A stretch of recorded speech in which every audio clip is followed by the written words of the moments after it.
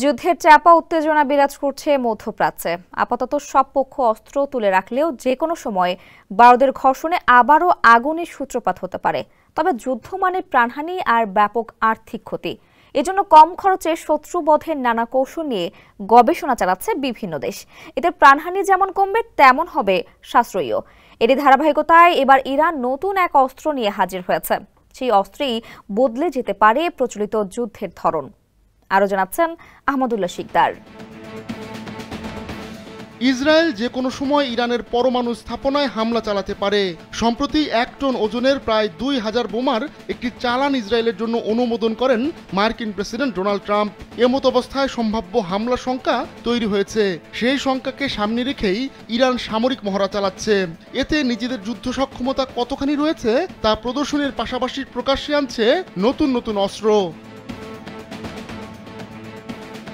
এবার তারই ধারাবাহিকতায় ইরানের সেনাবাহিনী মঙ্গলবার নিজেদের প্রথম pin point laser bomb system প্রকাশ্যে এনেছে। দেশটির পশ্চিমাঞ্চলে চলা ইরানের স্থলবাহিনীর চলমান মহড়ার সময় নিজেদের নতুন এই অস্ত্র প্রদর্শন করা হয়। এই সিস্টেম নিখুঁতভাবে টার্গেটে আঘাত আনতে সক্ষম আর ধ্বংসযজ্ঞ চালাতে পারে সর্বোচ্চ পর্যায়ে। এমনকি এই অস্ত্র যে কোনো আবহাওয়া এবং ভৌগোলিক অবস্থানের মধ্যেও ব্যবহার উপযোগী। লেজার প্রযুক্তিকে সামরিক খাতে ব্যবহারে গেল কয়েক দশক ধরেই গবেষণা চলছে। এরই মধ্যে যুক্তরাষ্ট্র, যুক্তরাজ্য ও ইসরায়েলের মতো বিভিন্ন দেশ এই প্রযুক্তির অস্ত্র বানিয়েছে। এসব লেজার অস্ত্র দিয়ে ড্রোন, হেলিকপ্টার, মর্টার শেল ও রকেট ভূপাতিত করা যায়। তবে এসব অস্ত্রের সক্ষমতা খুব বেশি নয়। সক্ষমতা বাড়ানোর জন্য এখন গবেষণা চলমান রয়েছে। এমনকি এ ধরনের লেজার অস্ত্র যুদ্ধবিমানে ব্যবহারের জন্যও কাজ করছে যুক্তরাষ্ট্র। রাশিয়াও এই প্রযুক্তি ব্যবহার নিয়ে পিছিয়ে নেই।